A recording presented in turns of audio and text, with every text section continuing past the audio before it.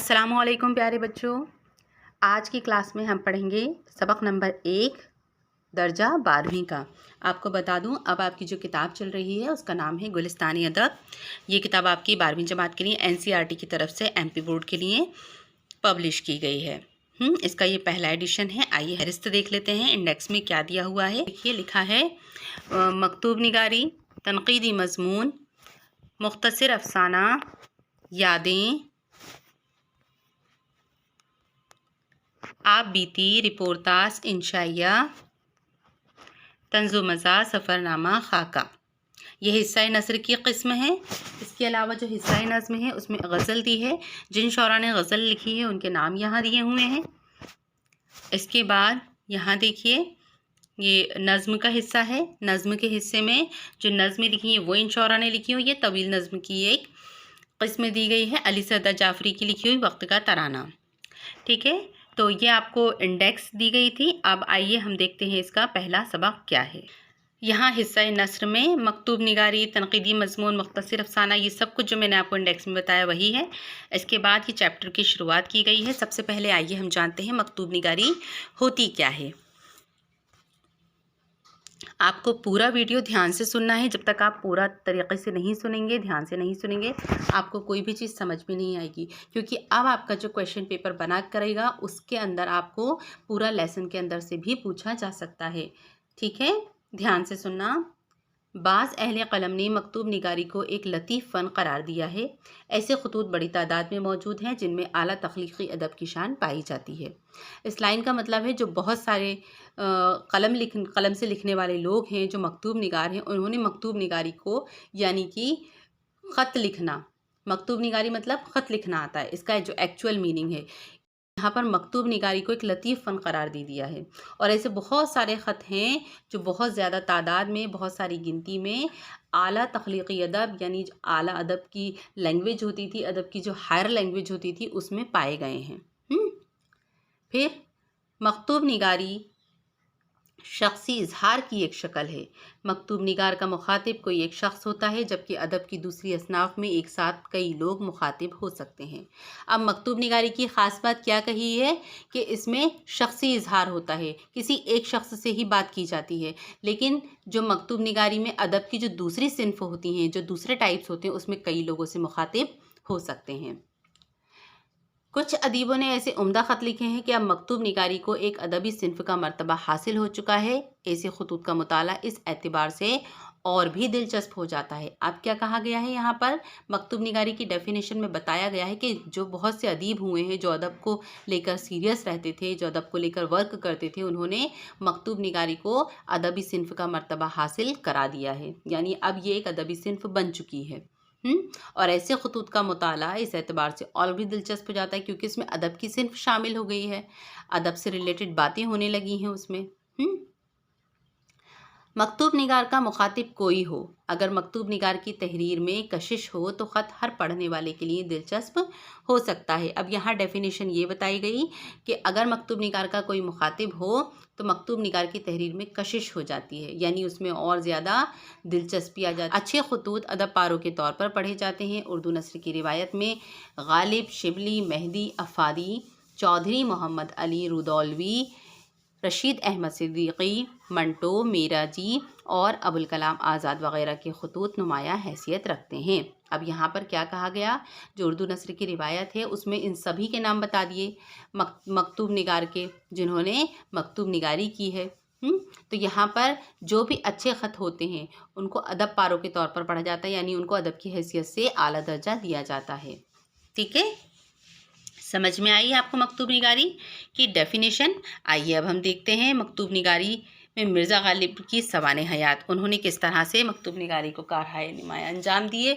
यहाँ इनकी सवाने हयात नसरी तौर पर लिखी गई है। इनका जो ज़माना था अदब का वो रहा 1797 से लेकर 1869 तक, यानी विलादत और वफ़ात दोनों का वक्त यहाँ पर दिया गया है, दोनों की तारीख़ यहाँ पर दी गई है। गालिब ने नस्र निगारी का आगाज़ फ़ारसी से किया। उनकी 3 किताबें पंज आहंग, मीर नीमरोज़ और दस्तम वो काबिल ज़िक्र हैं। اردو میں بھی ان کے 4 نثری رسالے ملتے ہیں۔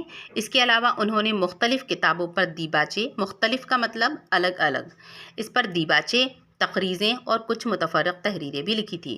دیباچے کیا ہوتے ہیں؟ آپ کتابوں کے شروع میں دیکھتے ہیں ہمیشہ لکھے ہوتے ہیں دیباچے، کتاب کے بارے میں بھی ہوتا ہے وہ، تو یہ دیباچے لکھے ہیں، تقریضیں لکھی ہیں، بہت ساری تقریضیں لکھی ہیں انہوں نے، اور متفرق تحریریں اور کچھ الگ الگ فرق درشاتی ہوئی تحریریں بھی لکھی ہیں۔ ان میں غالب کی نثر عام طور پر صاف اور سادہ ہیں، لیکن ان کا سب سے بڑا نثری کارنامہ ان کے خطوط ہیں۔ غالب نے اردو خطوط نگاری کو ایک نیا راستہ دکھایا۔ سب سے بڑا کارنامہ غالب کا جو ہے وہ نثری کارنامہ ہے۔ نظم کے حصے کے علاوہ انہوں نے نظمیں بھی کہی ہیں غالب نے، بہت بڑا دیوان ہے غالب کا، لیکن ان کا جو نثری کارنامہ ہے وہ ان کے خطوط ہیں۔ خطوط میں ہی انہوں نے نثر نگاری کی مہارت دکھائی ہے۔ آئیے بقول حالی مطلب الطاف حسین حالی مرزا غالب کے متعلق کیا کہتے ہیں؟ وہ کہتے ہیں مرزا کی اردو خط و کتابت کا طریقہ فی الواقع سب سے نرالا ہے۔ نہ مرزا سے پہلے کسی نے خط و خطابت میں اختیار کیا اور نہ ان کے بعد کسی سے اس کی پوری تقلید ہو سکی۔ اب یہاں پر مرزا غالب کے بارے میں کہا ہے حالی نے کہ ان کا جو خط و کتابت کا طریقہ تھا وہ سب سے ہی نرالا تھا، نہ ان سے پہلے کسی نے خط و کتابت اختیار کری تھی، یعنی خط و کتابت کری تھی، اور نہ ہی ان کے بعد اس کی پوری تقلید ہو سکی، نہ ہی ان کے بعد کوئی اس کو زیادہ مقبول کر سکا۔ غالب نے مراسلے کو مکالمہ بنا دیا۔ مراسلے مطلب خط، مکالمہ مطلب بات چیت، تو غالب نے مراسلے کو مکالمہ بنا دیا۔ ان کے اردو خطوط میں ان کی اپنی زندگی اور زمانے کی بہت دلچسپ نقشے سمٹ آئے ہیں۔